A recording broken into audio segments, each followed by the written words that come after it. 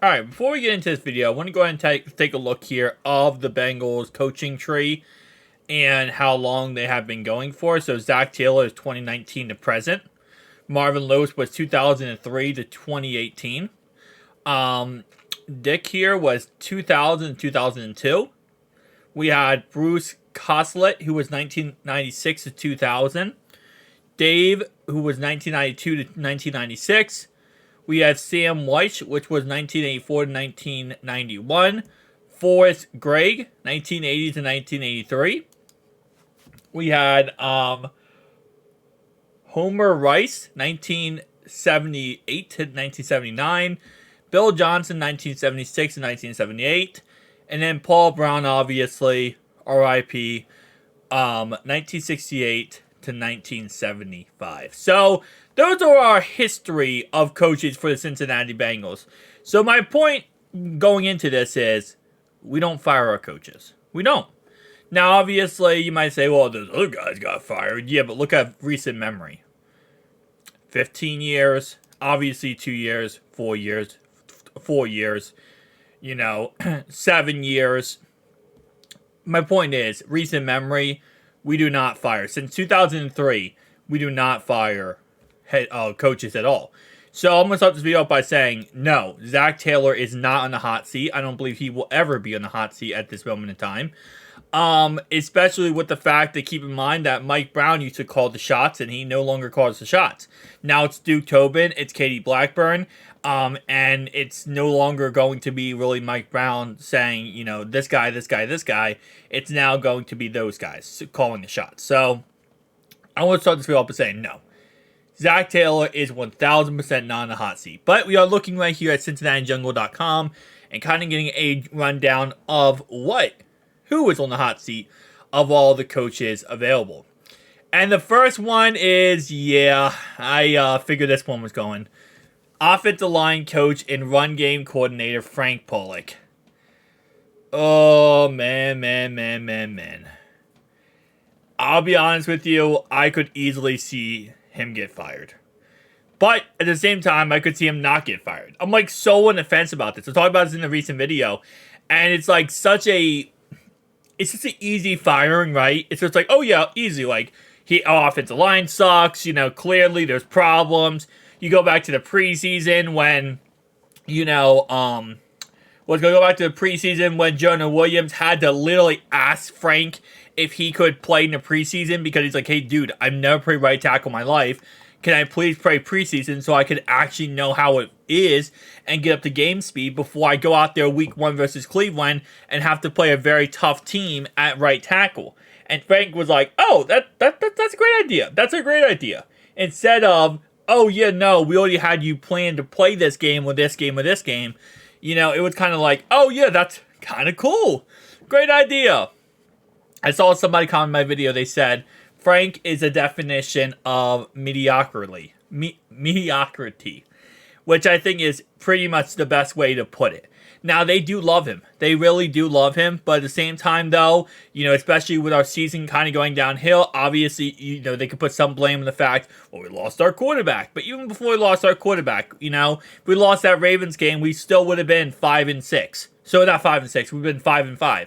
So you can't really put too much on the we lost our quarterback situation. And our line has been absolutely dog water all year long. So at some point, you have to start saying, okay, well, you know what?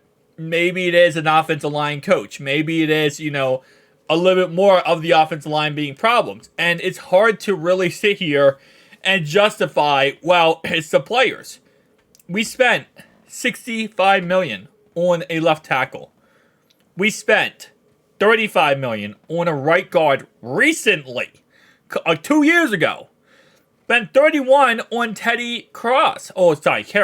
Spent $31 on the center recently. We had our right tackle in La'el Collins. We spent $15 million on, but we cut him because we want Jonah Williams, who we spent a first-round draft pick on. So it's at some point, yes, you can sit there and say, well, it's the players that suck. And yes, I think Volson does suck. And I think we need to move on from Cordell Volson. Here's Cordell Volson, by the way, in case you're wondering. First 3 weeks, he's a worst offensive lineman. Second worst offensive lineman. Actually had a good week. Shout out to him. One of the worst offensive linemen. One of the worst offensive linemen. Actually had a good week. And actually, this is the run game, pass game thing. So, and then the next 3 weeks, he actually was pretty bad too. So yeah, you could blame the offensive line for some point, and you could say, well, we need to get a new left guard. But you're going to tell me that left guard is the biggest problem? And again, I want to stress this enough. It's also not a, like, oh, well, this is just a offensive line problem. Obviously, it's play calling too.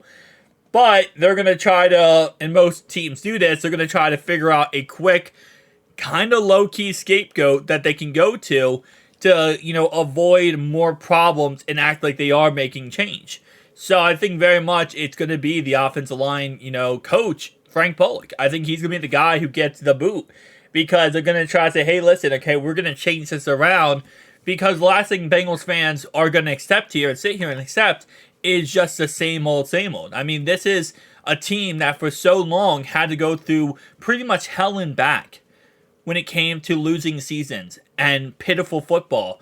And now they have a championship team. They have an actual amazing quarterback in Joe Burrow. And they have a team that could go win a Super Bowl, who went to the Super Bowl a couple years ago. When you get a taste you get a taste of success.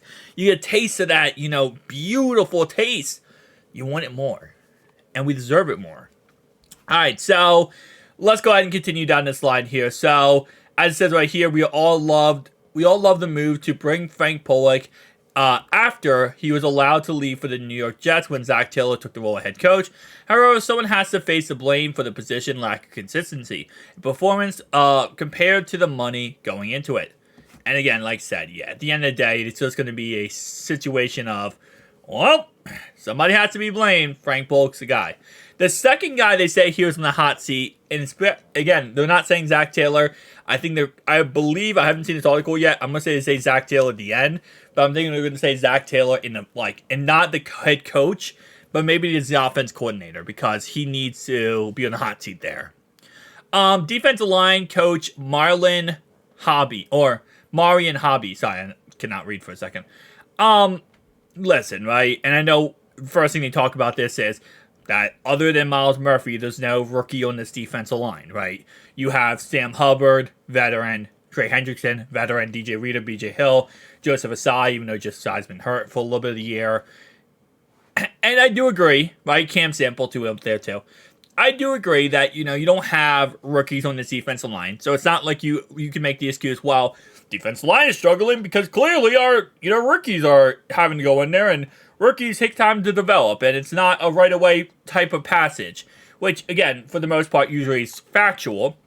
And if it was just Myles Murphy struggling, we could make that argument. The problem is, it's not just Myles Murphy struggling. It's pretty much everyone in this defensive line. This defense has been absolutely atrocious. And not only against pass rushing, also against the run. They have not been able to shut down the run in any way the last couple of weeks. And again, obviously, yes, some of that does go down to, Lou and getting the system correct and making sure you put guys in the correct box. And again, I think Lou is going to get too much blame for that because I think a lot of it is also, again, ironically enough here, player execution and tackling. We've been one of the worst tackling teams as of lately, and also allowing guys to get wide open on 3rd and 14.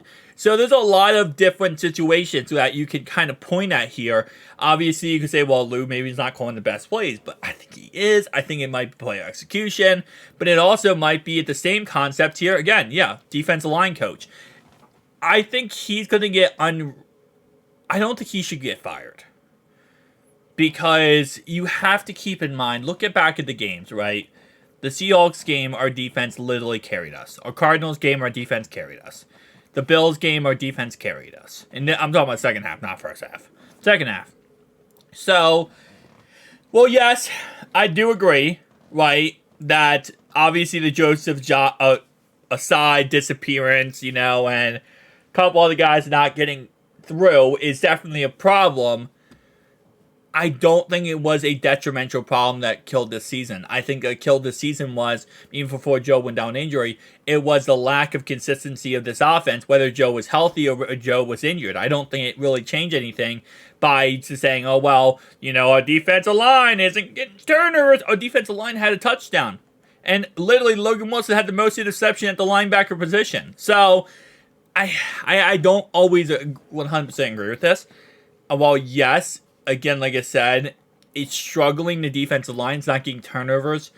And that's why not getting to the quarterback as much. We still had sacks this year, but it hasn't been as, productive as we want to. Keep in mind, going into this year, we were ranked, well, we had 28 sacks last week. 30 sacks last year. We were ranked 28th at the getting out to the quarterback. Then you use a first-round draft pick on Miles Murphy. You expect him to do great. You have Joseph Asai coming back, even though he had injuries this year. You have Trey Hendrickson, Sam Hubbard. You really expected these guys to be able to get after the quarterback, and they haven't really been able to. And I think overall-wise, well, yes, you do have to point the finger, and again, it's kind of like Frank Polk here. You have to blame somebody.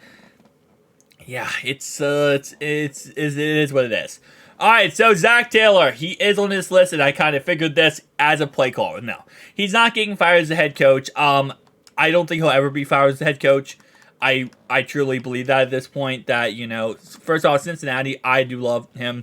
I think a lot of Bengals fans do. Most Bengals fans love Zach Taylor. We don't love what is happening and what's going on, but we love him as a person, as a coach. So he's not going anywhere. He's never going anywhere. I'm going to tell you that right now. But as a play caller, yeah, he needs to stop. Like, this needs to happen right now at this point. I know he has an offensive line under his belt when it comes to that, but his play calling. But, I mean, my man, you just need to stop. Like, this needs to end here. This needs to be nipped in the butt. Brian Callahan, while, yes, he is our offense coordinator, seems like he's more of a puppet of whatever Zach wants to call. And that's a problem. Because these play calls have been absolutely atrocious. And yes, you could say the offensive line play is a big problem why they're not working as much. There are times where Joe doesn't look down the field and checks it down, and a lot of that, I think, is the offensive line sucks. Player execution, definitely a problem, but if we're going to slowly, methodically to solve this problem, right, we got to look at it step by step here, right? We got to break it down on the, on the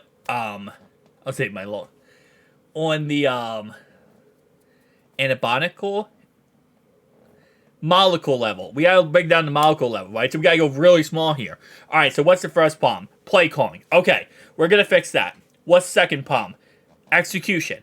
Okay, do we have the players to get it done? Yes. Okay, well, we'll see if one fixes two. Third problem, offensive line. Okay, we might fire Frank Pollock. We'll see if that fixes that problem.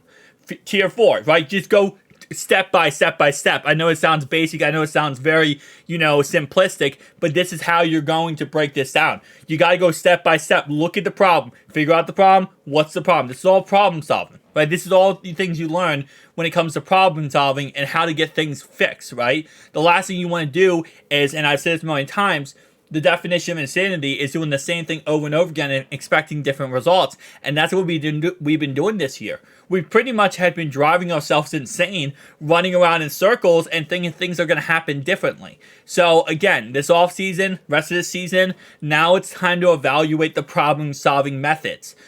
Again, number one, and if you, let's say, hypothetically speaking, they're like, well, we don't think that Zach Taylor is the problem, okay? We don't think if play calling, he's the problem. Whatever, okay? If you don't think he's a problem, then still go through the problem-solving methods. What do you think the problem is? Player execution. Okay. Is player execution being caused or failing because of the offensive line play? Well, yes. Joe is... Okay, there you got that solution. Is the failing offensive line play happening because of the coach? And then you just go through there. And then if you get that done, you're like, okay, well, I fixed that problem. Now go to the next problem.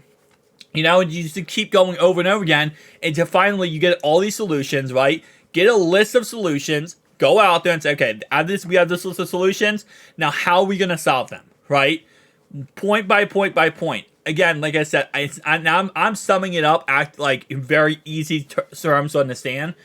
It's not this easy, right? That's why NFL teams go so much turmoil, and there's so many problems with NFL teams around the league when it comes to rebuilding and fixing things and fixing problems. It's because I'm giving you guys the kindergarten summary here. And again, I'm not a head coach or owner or whatever, but this is something that by yourself. Like if this was just me solving this, with just Zach Taylor, I'd be like, okay, yeah, maybe that's a lot for him to solve because again, that's a lot of breakdown to go through.